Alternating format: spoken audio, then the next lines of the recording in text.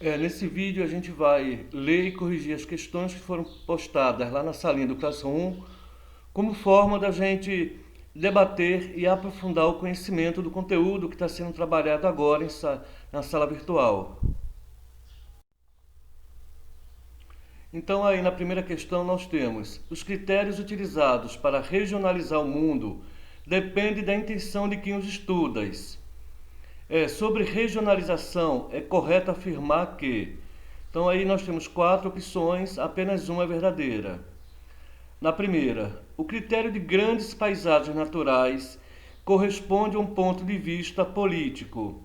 Ela está incorreta porque a gente sabe que paisagem natural está ligada com a geografia física e não com a geografia política.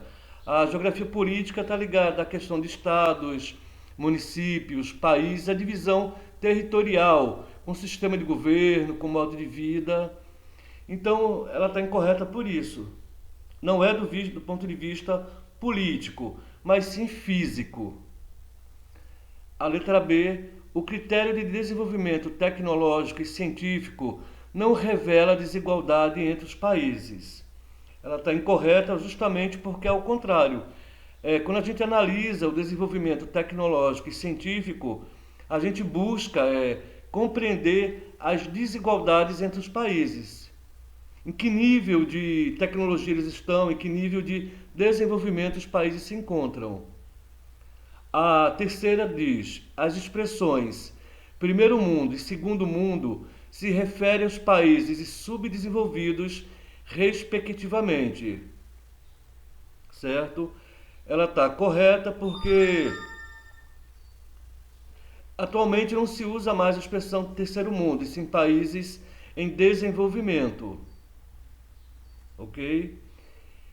Aí a última fala: os conjuntos de países do norte e países do sul não correspondem à realidade atual. Sim, de uma forma geral, quando eu falo em regionalização,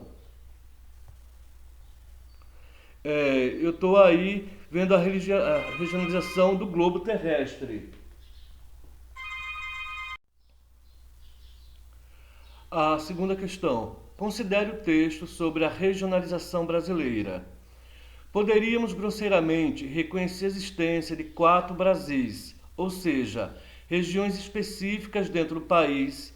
Num desses Brasis, verifica-se a implantação mais consolidada dos dados da ciência, da técnica e da informação, além de uma urbanização importante com o padrão de consumo das empresas e das famílias mais intenso.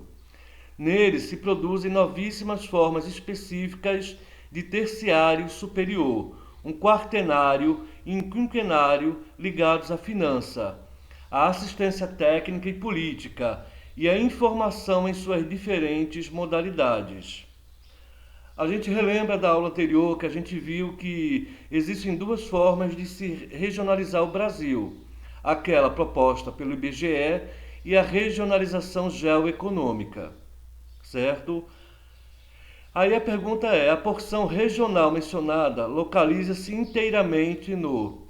Então, qual é a região aí que ele está falando que é a mais desenvolvida do país dentro daquela visão geopolítica? A letra A fala sertão. Não pode ser. O sertão é uma parte, uma divisão dos estados e não do Brasil.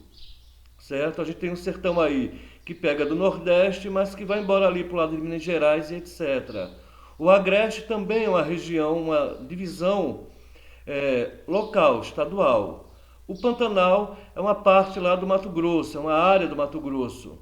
Se eu estivesse analisando aí a questão estadual, essas três poderiam ser as respostas: Sertão, Agreste e Pantanal, porque elas estão dentro de uma divisão estadual. Agora, como o texto falava aí sobre desenvolvimento, me sobra o Centro-Sul.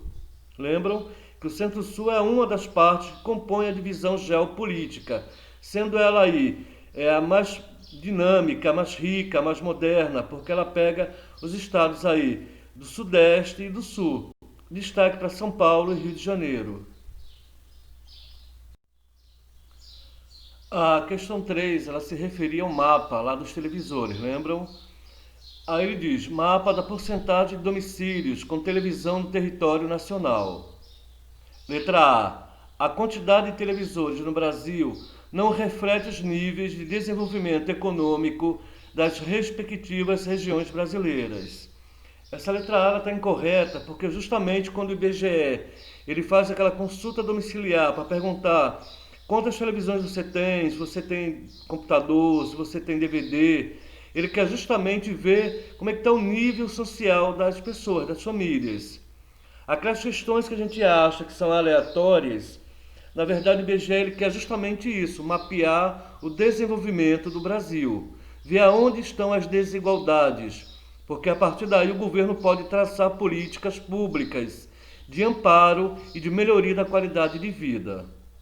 Letra B. O centro-oeste brasileiro é a região que possui proporcionalmente a menor quantidade de televisores em suas casas.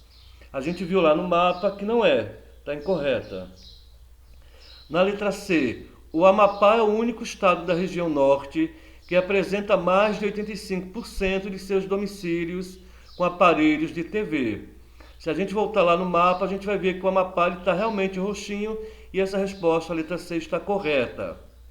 Porém, muitas pessoas, muitos de vocês alunos responderam a letra D e eu acabei aceitando, porque a letra D ela ficou dúbia, ela dá várias interpretações.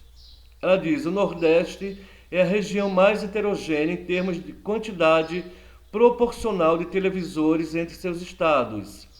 E se eu olhar o mapa, realmente a maioria deles tem uma cor rosinha mais clara. Quando ela diz heterogênea, ela não diz que tem que ser exatamente igual. Então por isso que muitos responderam a letra D, até eu creio eu, por não lembrar onde ficava o Amapá e não localizar o Amapá no mapa, mas que também a letra D ela não está totalmente incorreta.